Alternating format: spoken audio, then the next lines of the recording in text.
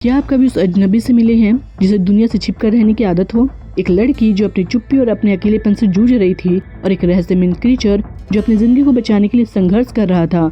जब दोनों की राह एक दूसरे से मिलती है तो एक ऐसा सफर शुरू होता है जो डर, प्यार और संघर्ष से भरा है। क्या ये क्रीचर सच में इंसानियत से दूर है या उसका दिल भी किसी इंसान की तरह धड़कता है? क्या एलिसा और उस क्रीचर के एक दूसरे के लिए अपने आप को बदल सकते हैं? जानने के लिए देखिए ये कहानी जिसमें रोमांच और दिल छूने वाला पल है। ये कहानी सिर्फ एक दोस्ती की नहीं है बल्कि विश्वास, साहस और प्यार की है। तो क्या होगा जब इन दोनों की जिंदगी एक दूसरे से जुड़ जाएगी? क्या वे एक दूसरे को बचा पाएंगे या अजनबी ताकतों के आगे हार जाएंगे? देखिए और जानिए। नमस्कार दोस्तों, स्वागत है आपका सिनेमैटिक नोवा में। चलिए कहानी की शुरुआत करते हैं। कहानी एक शहर से शुरू होती है जहाँ एलिसा नाम की एक लड़की रहती है। जब वो छोटी थी तब एक आदमी ने उसके साथ जबरदस्ती की थी। उसने डर और तकलीफ में किसी को कुछ बताया नहीं तो उस आदमी ने उसके गले से बोलने वाली नसें निकाल दी। इस वजह से वो गूंगी हो गई। अब उसकी जिंदगी में कोई नहीं है, इसलिए वो अकेले घर में रहती है। उसके पड़ोस में जैस नाम का एक आदमी रहता है जो एक बहुत ही प्रतिभाशाली पेंटर है। एलिसा एक लैब में क्लीनिंग का काम करती है। वहाँ उसकी एक दोस्त है जो उसकी सबसे अच्छी और करीबी सहेली है। दोनों एक दूसरे से बहुत ही करीब है। हालांकि लैब में काम करने वाले दूसरे लोग एलिसा को पसंद नहीं करते और उसे बेवकूफ समझ के परेशान करते रहते हैं। इस वजह से एलिसा लोगों से ज्यादा मेलजोल नहीं रखती। एक दिन जब वो लैब में सफाई कर रही होती है तो एक ऑफिसर सभी को बताता है कि उनके लैब में एक खास टीम आने वाली है जो अपने साथ बहुत ही कीमती चीज लेकर आएगी। थोड़ी देर बाद वो टीम वहाँ पहुँचती है और उनके साथ एक बड़ा सा पानी से भरा हुआ टैंक होता है। उस टैंक के अंदर कोई चीज तैर रही होती है। जब एलिसा उसके करीब जाती है तो वो चीज हलचल करने लगती है और अजीब सी आवाज निकालने लगती है। इसके बाद कुछ लोग उस टैंक को सुरक्षित रखने के लिए उसे एक सेफ रूम में लेके जाते हैं। एलिसा और उसके दोस्त समझ नहीं पाती कि ये सब क्या हो रहा है। अगले दिन जब वो सफाई कर रहे होते हैं तो उसे सेफ के रूम से आवाजें आने लगती है। तभी वहाँ से एक आदमी बाहर आता है जो कर्नल होता है। कर्नल इस पूरे से प्रोजेक्ट का लीडर होता है, लेकिन वो बहुत ही निर्दयी और क्रूर स्वभाव का है। एलिसा देखती है कि कर्नल के हाथ से खून निकल रहा है और वो दर्द से कहराते हुए घुटनों के बल बैठ जाता है। उसी समय एक दूसरी टीम वहाँ पर आती है और कर्नल को अपने साथ इलाज के लिए लेके जाती है। अब एलिसा और उसके दोस्त को आदेश दिया जाता है कि वे उस रूम की साफ सफाई करे जहाँ पानी वाला टैंक रखा गया था। जब एलिसा और उसकी दोस्त उस सेफ रूम में जाती है तो वहाँ का दृश्य बहुत ही डरावना होता है। फर्श पर खून बिखरा होता है और वहाँ कटी हुई 2 उंगलियां भी पड़ी होती है। एलिसा समझ जाती कि ये उंगलियां शायद उसी कर्नल की है जिसे संभवतः उस अजीब चीज ने हमला करके घायल किया होगा जिसे यहाँ लाया गया था। एलिसा उस उंगलियों को सावधानी से एक पैकेट में रख देती है। इस बीच उसकी दोस्त किसी को बुलाने के लिए बाहर चली जाती है। अब एलिसा अकेली होती है और उसकी नजर कमरे में बीच में रखे हुए एक बड़े से ग्लास वाटर टैंक पर जाती है। जब वो उसके करीब जाती है तो वो देखती है कि टैंक के अंदर एक अजीब सा प्राणी है। इस प्राणी के शरीर में इंसानों की तरह ही 2 हाथ और 2 पैर होते हैं। एलिसा उत्सुकता से ग्लास पर अपना हाथ रखती है। आश्चर्य की बात ये होती है कि वो प्राणी भी धीरे धीरे अपना हाथ ग्लास की दूसरी ओर एलिसा के हाथ के पास रख देता है। ये देख के एलिसा हैरान हो जाती है।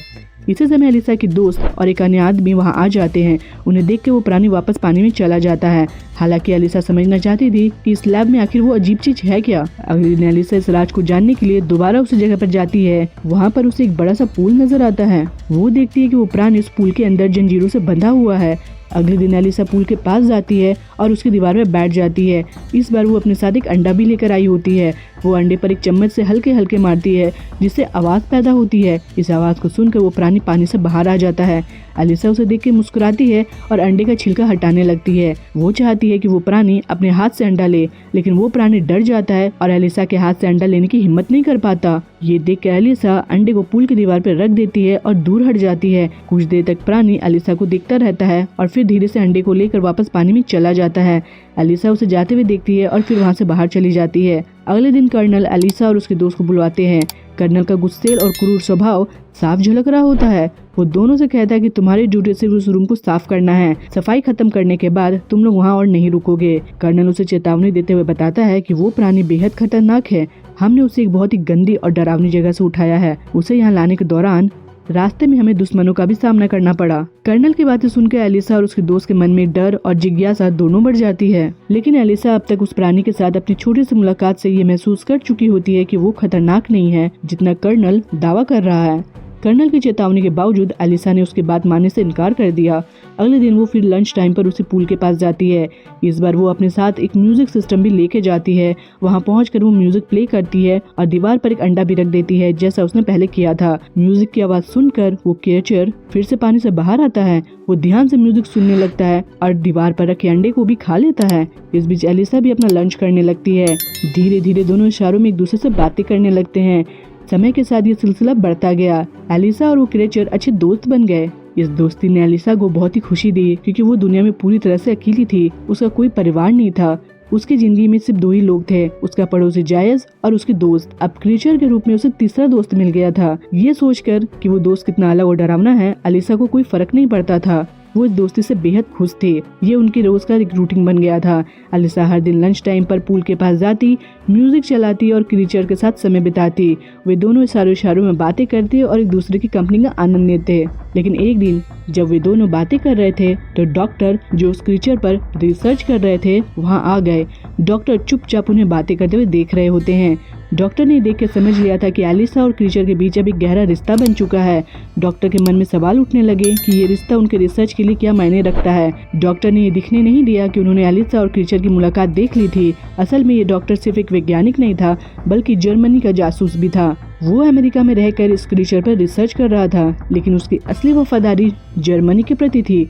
उन दिनों अमेरिका का और जर्मनी के बीच एक कोल्ड वार चल रहा था और दोनों देश एक दूसरे से आगे निकलने की कोशिश कर रहे थे। डॉक्टर अमेरिकियों को धोखा देकर अपने रिसर्च की सारी जानकारी जर्मनी को भेज रहा था। अगले दिन एलिसा फिर से क्रीचर से मिलने के लिए आ जाती है, लेकिन इस बार वो देखती है कि क्रीचर को बहुत ही बेदर्दी से जंजीरों से बांध दिया गया है। उसकी हालत बहुत खराब थी, उसकी बॉडी से खून निकल रहा था। ये देख के एलिसा को क्रीचर पे बहुत ही तरस आ जाता है। तभी उसे लगता है कि वहाँ कोई आ रहा है। डर के मारे वो जल्दी से कोने में छिप जाती है। कमरे में कर्नल आता है। कर्नल उस क्रीचर से नफरत करता था। उसके हाथ में लोहे की एक रॉड होती है जिसमें करंट दौड़ रहा होता है। वो इस रॉड से क्रीचर को इलेक्ट्रिक झटके देने लगता है। थोड़ी देर बाद कमरे में जनरल भी आ जाता है। जनरल क्रीचर को देखकर कहता है, मैंने तो उम्मीद की थी कि ये छोटा होगा, लेकिन ये तो काफी बड़ा है। यह क्रीचर अमेज़न के लोगों के लिए देवता जैसा था। वे उसके लिए पानी में फल, फूल और दूसरी चीजें फेंकते थे, लेकिन अगर हमें इसके बारे में सब कुछ जानना है तो हमें इसे मारना होगा। इसके शरीर की बनावट को समझने के लिए इसे काटना जरूरी है। डॉक्टर जो वहीं मौजूद था तुरंत बीच में बोलता है, इसकी हालत पहले से ही बहुत खराब है और ये अजीब है कि ये एक ही जगह से सांस लेता है। हमें इसे मारने की बजाय इस पर और रिसर्च करनी चाहिए। लेकिन जनरल और कर्नल डॉक्टर की कोई बात सुनने को तैयार नहीं थे। उनकी नजर में इस क्रीचर का जिंदा रहना उनके काम का नहीं था। एलिसा जो छिपकर ये सब देख रही होती है, कर्नल और जनरल की बातें सुनकर डर और गुस्से से बढ़ जाती है। वो जानती थी कि क्रीचर को बचाने के लिए उसे कुछ करना होगा। डॉक्टर ने क्रीचर की हालत को देखकर जनरल से कहा, अगर इसे ऐसे ही रखा गया तो ये बहुत ही जल्द मर जाएगा। इसकी हालत बेहद खराब है और ऐसा लगता है कि वो अभी बेहोश है। डॉक्टर की बात सुनकर जनरल ने कर्नल को आदेश दिया कि क्रीचर को पानी में डाल दिया जाए। क्रीचर को पानी में रखने के बाद डॉक्टर ने फिर से जनरल को समझाने की कोशिश की। उसने कहा कि आप इसे नहीं मार सकते, हमें इसे बचाना चाहिए और इसके सिचुएशन पर रिसर्च करनी चाहिए। लेकिन जनरल ने गुस्से में कहा, तुम मुझे नहीं बताओगे कि मुझे क्या करना चाहिए? मेरे पास पूरी अथॉरिटी है और मैं जो चाहूँ वो कर सकता हूँ। इसके बाद जनरल ने कर्नल से कहा कि इस गंदे से क्रीचर को जल्दी से चीर फाड़ करो। आखिर हमें तो पता लगाना ही होगा कि ये चीज़ आखिर है क्या। डॉक्टर को जनरल की बात सुनकर बहुत दुख होता है। हालांकि वो जर्मनी के लिए जासूसी कर रहा था, लेकिन उसके अंदर के इंसानियत की भावनाएं जाग गई थी। उसे क्रीचर पर तरस आने लगा था। डॉक्टर ने सोचा कि क्रीचर निर्दोष और बेजुबान है और उसकी हत्या करना एक घिनौना काम होगा। इसी बीच एलिसा छिप कर ये सब देख और सुन रही होती है। डॉक्टर की तरह एलिसा भी ये सब देखकर बहुत ही हर्ट होती है। क्रीचर की ये हालत उसे अंदर से तोड़ रही होती है। वो तुरंत वहाँ से बाहर चली गई और वो ये सब जाके जायज को बताने लगती है। वो परेशान थी और डरी रहती है कि कहीं जनरल और कर्नल सच में उस क्रीचर को मार ना डाले। एलिसा ने भावुक होकर कहा, वो क्रीचर बिल्कुल मेरी तरह बेजुबान है, लेकिन वो मेरा दोस्त है। जब वो मुझे देखता है तो उसे मेरी किसी भी कमी से फर्क नहीं पड़ता। वो मुझे उसी तरह स्वीकार करता है जैसे मैं हूँ। मुझे उसकी मदद करनी है। वो मुझे देखकर खुश होता है और मैं उसके साथ सुरक्षित महसूस भी करती हूँ। जायज ने उसकी बातों को ध्यान से सुना। वो समझ गया कि एलिसा का क्रीचर से जुड़ाव कितना गहरा है। उसने उसे दिलासा देते हुए कहा कि अगर वो तुम्हारा दोस्त है तो हमें उसकी मदद के लिए कुछ करना होगा। जैज ने एलिसा से कहा कि मैं अफसोस के साथ ये कह रहा हूँ कि हम उस क्रीचर को नहीं बचा सकते। जिन लोगों की कस्टडी में वो है वे बेहद ताकतवर और खतरनाक है। हम उनके सामने कुछ भी नहीं है। हम सिर्फ एक आम इंसान हैं। ये कह के जायज वहाँ से चला जाता है। एलिसा इस बात से बेहद दुखी हो जाती है, लेकिन जायज भी अंदर से टूट चुका होता है। उसे महसूस हो रहा था कि एलिसा और क्रीचर दोनों इस दुनिया में अकेले हैं। दोनों को एक दूसरे के अलावा कोई नहीं था। कुछ देर बाद जायज वापस लौटता है। वो एलिसा से कहता है कि मैंने सोचा है कि मैं तुम्हारा साथ दूंगा। जैसे तुम कहोगी मैं वैसा ही करूंगा। हम एक परिवार है और परिवार एक दूसरे का साथ नहीं छोड़ते। ये सुनकर एलिसा को बहुत ही खुशी होती है। उसकी उदासी थोड़ी कम हो जाती है और वो रिलैक्स महसूस करने लगती है। अब दोनों ने क्रीचर को उन जालिम लोगों से बचाने का प्लान बनाना शुरू किया। अगले दिन एलिसा और जायज ने अपना मिशन शुरू किया। सबसे पहले एलिसा ने कमरे में लगे कैमरे का एंगल बदल दिया ताकि उसकी हरकतें रिकॉर्ड ना हो। इसके बाद वो एक कार्ट में तौलिए और अन्य सामान रखने लगती है ताकि क्रीचर को उसमें छिपाया जा सके। फिर एलिसा क्रीचर के पास गई, लेकिन उसने देखा कि क्रीचर को मजबूत जंजीरों से बांध रखा गया था। ये जंजीरों को खोलना बहुत ही मुश्किल था। तभी वहाँ डॉक्टर आ गया। एलिसा उसे देख के घबरा गई, लेकिन डॉक्टर ने उसे शांत किया और कहा, डरो मत, मैं भी नहीं चाहता कि इस क्रीचर को नुकसान पहुंचे, मैं तुम्हारी मदद करूंगा। इसके बाद डॉक्टर ने जंजीरों की चाबी एलिसा को दे दी। एलिसा ने जल्दी से जंजीरें खोल दी। क्रीचर जो फीलिंग्स को समझने और इंटेलिजेंट होने के साथ साथ बेहद संवेदनशील भी था, वो ये सब समझ रहा था। उसने एलिसा के चेहरे की भावना को पढ़ लिया और उसके प्रति आभार महसूस किया। एलिसा और डॉक्टर ने मिलकर क्रीचर को उस कार्ट में छिपा दिया। फिर वे टनल के जरिए उसे बाहर ले जाने लगे। क्रीचर को बचाने के लिए दोनों ने अपना सब कुछ दांव पे लगा दिया था। एलिसा की फ्रेंड को आखिरकार पता चल जाता है कि एलिसा और जायस किस मिशन पर है। वो कार्ट के सामने आकर खड़ी हो जाती है और एलिसा से कहती है कि तुम ऐसा मत करो, ये बहुत ही खतरनाक है और हम पकड़े जा सकते हैं। लेकिन एलिसा उसे समझाने की कोशिश करती है कि वो कहती है, अगर हमने इसे यहाँ छोड़ दिया तो ये जालिम लोग इसे मार डालेंगे। ये निर्दोष और बेजुबान है और हमें इसे बचाना होगा। एलिसा की बात सुनकर उसकी फ्रेंड कुछ देर सोचती है, फिर वो सहमति जताते हुए कहती है कि ठीक है, मैं तुम्हारा साथ दूंगी, हम इसे बचाएंगे। अब वे तीनों आगे बढ़ते हैं। इस बीच जायस बिल्डिंग में प्रवेश करने की कोशिश कर रहा होता है, लेकिन गार्ड उसे रोक देता है। गार्ड को लगता है कि जायस का कार्ड फर्जी है। तभी डॉक्टर फिर उसकी मदद के लिए आ जाते हैं। डॉक्टर गार्ड को बेहोश कर देते हैं, जिससे एलिसा, जायस और उसके फ्रेंड को बाहर निकलने का रास्ता मिल जाता है। आखिरकार वे क्रीचर को बिल्डिंग से बाहर निकलने में कामयाब हो जाते हैं, लेकिन उसी समय कर्नल को गेट पर कुछ गड़बड़ी का शक हो जाता है।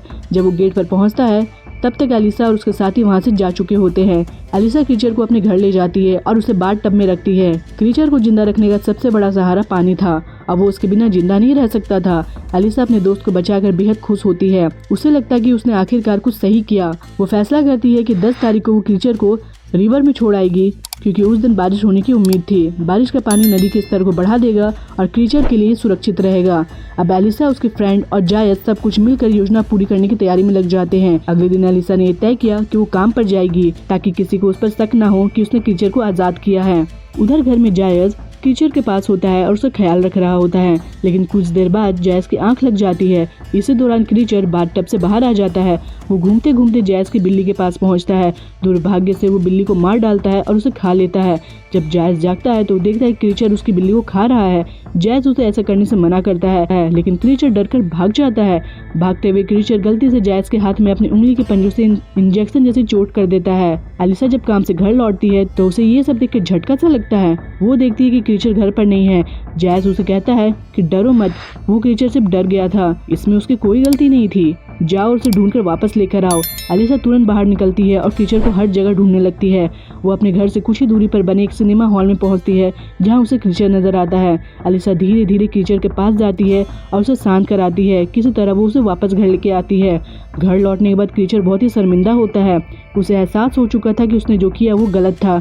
क्रीचर जायस के पास जाता है और अपने हाथों को उसके सिर पर रख देता है और फिर इशारों में जायस से कहता है कि तुम भी मेरे सिर पर अपने हाथ रख। जायस उसकी बात मानता है और क्रीचर के सिर पर हाथ रख देता है। अगली सुबह जब जायस जागता है तो वो खुद को एकदम ठीक पाता है। उसकी चोट पूरी तरह से ठीक हो चुकी थी, लेकिन उससे भी बड़ी हैरानी की बात ये थी कि अब उसके सिर पर बाल आ गए थे। ये देख के जायस बेहद खुश हो जाते हैं। अब उन्हें यकीन हो जाता है कि क्रीचर न केवल समझदार है बल्कि उसमें चमत्कारिक शक्ति भी है। एलिसा और जायस दोनों को लगता है कि उन्होंने सही फैसला किया क्रीचर को बचाकर।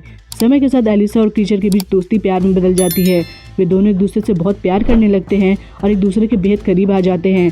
वहीं दूसरी तरफ लैब में जनरल कर्नल से नाराज हो रहे होते हैं। वो कर्नल को डांटते हुए कहते हैं कि अगर तुमने क्रीचर को नहीं ढूंढा तो तुम्हारी दोनों पेशेवर और निजी जिंदगी खत्म हो जाएगी।